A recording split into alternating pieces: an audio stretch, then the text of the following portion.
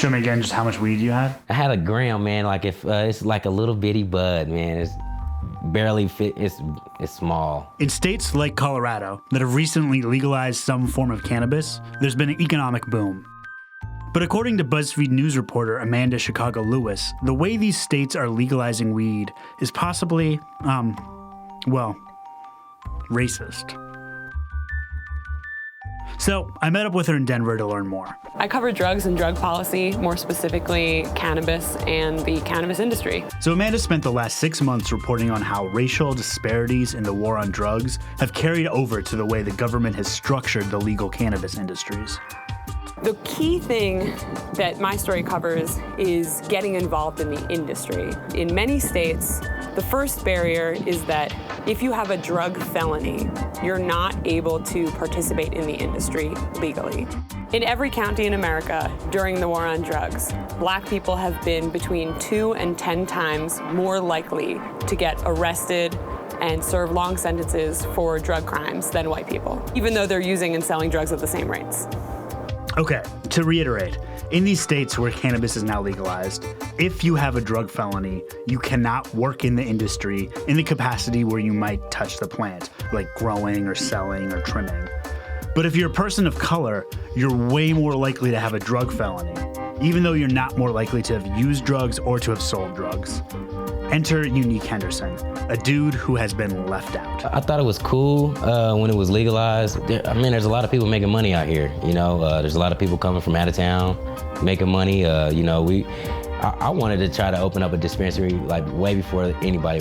A lot of people came out here to open dispensaries, and then basically to come to find out that I couldn't do all that. I paid for all that stuff for nothing because I couldn't even be a part of it because of my felony. A felony for what exactly? Me and a couple friends, we basically, wanted a place to go hang out. How old were you guys? 16, I would say 16. As soon as I started rolling the blunt, the police pulled behind us, and I tried to get the weed back to its owner.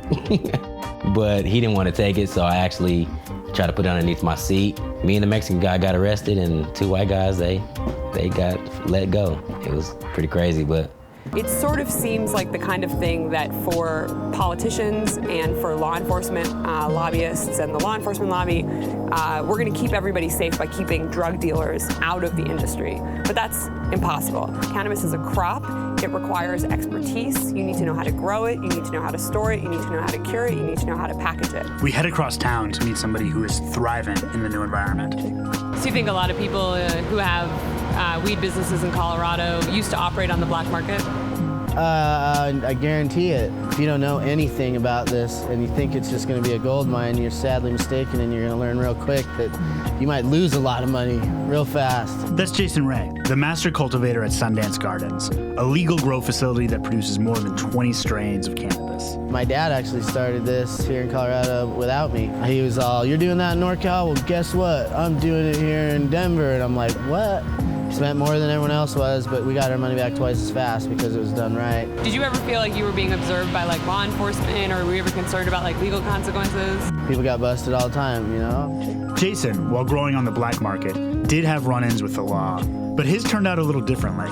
Cop pulled me over and I had it all stashed, but not that good, and so I found my ounce and impounded my bike, took me back to their little jail in Park City, Utah, and What wound up happening? Never anything more than a misdemeanor, thank God, because I wouldn't be able to do this here today if I'd gotten charged with a felony. So think about this. Jason was caught with an ounce of weed. He spent a night in jail. He probably got a good lawyer, and then he eventually, got that figured out, and it was a misdemeanor. Unique Henderson was caught with a couple of grams of weed.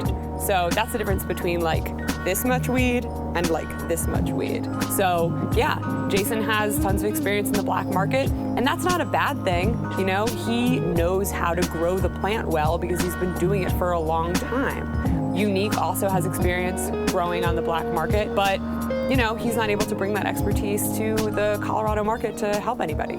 We cross town once again to go to a cannabis investment seminar led by Charles and Khadijah, two entrepreneurs who came to Colorado from Texas to start a dispensary. We found out that because of his past record, as an ex-offender, that he couldn't open a dispensary, and he couldn't even work in a dispensary. In fact, he can't even trim the leaves. He can't take the trash out. My understanding, when a person serves time, and you've I guess, paid your debt back to society, came home, not a problem, entrepreneur, living a great life, got off of paper, they call it parole or probation, been home, so why not? Why wouldn't I be able to own a dispensary? So that was a shocker. It was like it was disappointing. Yeah, it was disappointing. Yeah, it was a gut blow. Even when cannabis is legalized in some states, it still exists in an unregulated gray market. A gray market where people involved in the industry are still at risk of being targeted by local or federal law enforcement. And the people who are most at risk are people of color. When we got back to LA, Amanda wanted me to meet Virgil, a former dispensary owner. 2004-05, I opened up my first collective in the city of Compton. What was it called? It was called The Holistic Caregivers, acronym THC. I was about doing things above board. I didn't cut corners because, one, I'm in Compton, I'm black. I know if anybody's gonna get hit first, that was my mentality. They coming for me first. I've probably spoken to 2 or 3 dozen black cannabis entrepreneurs all across the country for the past 6 or 7 months, and I hear the same story over and over again. Because of this gray area in law enforcement, black people who own dispensaries are much more likely to get targeted by police. They're much more likely to be targeted by local politicians. There was a patient who bought an eighth of medicine for himself and a couple of edibles and some tea. He bought the eighth and the edibles on Friday. He had been to a rave on Saturday, and if anybody knows anything about raves, there's everything there. And on his way traveling home, he veered off the road and hit a highway patrolman who was citing a motorist. They told him that they would cut him a deal if he would say where he got the medicine from. The judge personally, his words to me were, I feel that you are a drug dealer hiding under the cloak of Proposition 215. And with that being said, I'm gonna sentence you to 72 months in federal prison. The people in power, the people who have money who are investing in this industry, and the people who are writing the laws that are controlling this industry have a similar goal in mind. Their goal is to make the marijuana industry appear legitimate and not dangerous. For them, and this is a group of mostly rich white men, for them, for something to appear safe, for everyone to feel good and okay with us legalizing marijuana, they want it to be a white industry. And I do think that's intentional. They sort of have this idea that rich white guys on Wall Street are the people that should be taking over this industry, but I think most of the rest of the country doesn't necessarily trust rich white guys on Wall Street. Now there's no open door for us to get in. So the person of color is out. If they weren't in from the beginning, then. I got in trouble for what is legal now, and I'm still getting penalized for it, and it sucks. In the end, it doesn't seem like Unique is just a dude who slipped through the cracks. He's a victim of a larger trend. Even though much of America is retreating from the cannabis front in the war on drugs, there are still a lot of casualties. And unless the laws change, many of those casualties will continue to be people of color.